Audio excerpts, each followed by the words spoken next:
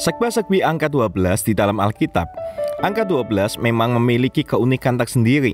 Dalam beberapa bahasa, angka ini sering jadi batas akhir hitungan dengan satu kata yang bukan kata bentukan seperti 12 di bahasa Inggris. Di sejumlah agama berlatar Abrahamik, angka ini juga mengandung makna tertentu. Saat membaca keseluruhan Alkitab, kita akan menemukan angka 12 digunakan di lebih dari 180 bagian dalam kitab suci Alkitab. Jumlah 12 nampaknya sering dijadikan simbol tertentu. Dalam banyak kasus, angka ini sering diasosiasikan sebagai jumlah kelengkapan, kesempurnaan, dan otoritas. Angka 12 muncul dalam kitab Wahyu 22 kali, khususnya terkait ilustrasi Yerusalem baru. Berikut daftar sejumlah penggunaan angka 12 yang sering kita ketahui dalam kitab suci. Yang pertama, ada 12 suku di Israel dan ini melambangkan kelengkapan bangsa Israel. Yakub memiliki 12 anak laki-laki yang merupakan kepala atau ayah dari masing-masing dari 12 suku Israel, dengan anak-anaknya seolah sebagai pangeran yang memerintah satu bangsa. Dalam ibadat, signifikansi ke-12-an ini dilambangkan dengan hiasan pada jubah di bagian dada imam besar umat Israel, di mana ada 12 batu berharga yang tertanam di dalamnya. Yang kedua, Yesus memilih 12 murid yang kemudian menjadi 12 rasul. Tampaknya sesuai dengan konteks penggunaan angka 12 di tempat lain di Alkitab. Karena jumlah ini juga menandakan pemerintahan atau otoritas pemerintahan, makna itu pun tetap digunakan, sehingga para murid tetap mempertahankan jumlah ke-12an tim mereka dengan mengganti Yudas sang pengkhianat dengan Matias di dalam Kisah Para Rasul 1 ayat 23-26. Yang ketiga, ada 12 nabi kecil di dalam Perjanjian Lama. Mereka disebut kecil bukan karena mereka kurang penting daripada nabi besar, namun karena jumlah kitabnya jauh lebih kecil.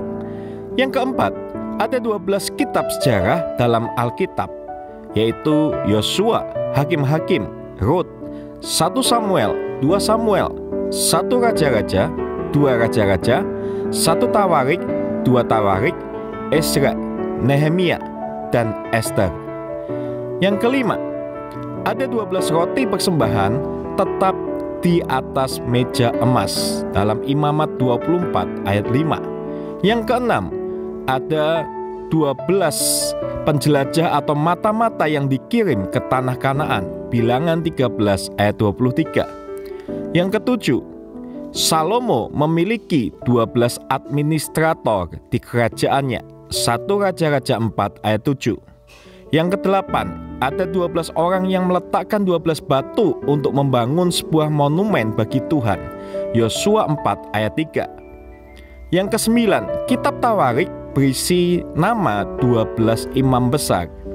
Yang kesepuluh, 12 kutukan diindikasikan untuk ketidaktaatan kepada Israel, Ulangan 27. Yang ke-11, seorang pria muda Israel mengambil 12 tahun sebelum dia bisa diterima sebagai anak hukum. Yang ke-12, ada 12 pengorbanan hewan yang harus diberikan oleh umat Israel, Bilangan 7 dan 29. Yang ke-13, Yerusalem baru yang turun dari surga memiliki 12 gerbang yang terbuat dari mutiara yang diawaki oleh 12 malaikat. Masing-masing gerbang diberi nama menurut salah satu dari 12 suku Israel. Yang ke-14, dalam Wahyu 7, 12.000 orang dari 12 suku Israel akan diselamatkan di akhir zaman. Yang ke-15, kota baru itu memiliki panjang, lebar, dan tinggi sebesar 12.000 stadia. Wahyu 21 ayat 16. Yang ke-16, ada 12 batu mulia yang akan digunakan sebagai pondasi Yerusalem baru. Wahyu 21 ayat 19-20. Yang ke-17, dinding kota memiliki 12 fondasi dengan nama para rasul pada masing-masing batu fondasi itu. Wahyu 21 ayat 14. Yang ke-18, 12.000 orang akan diambil dari bumi untuk melayani anak domba Allah, Yesus Kristus. Wahyu 14 ayat 1-5. Yang ke-19, kata-kata pertama Yesus diucapkan pada usia 12 tahun. Lukas 2 ayat 42. Yang ke-20, ada seorang wanita yang pernah menderita pendarahan selama 12 tahun sebelum disembuhkan oleh imannya pada Yesus. Lukas 8 ayat 40.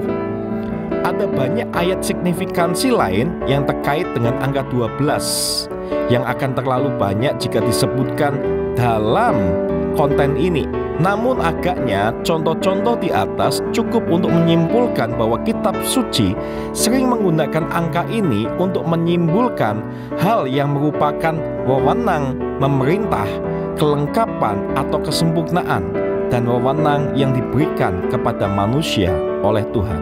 Terima kasih, Tuhan Yesus memberkati.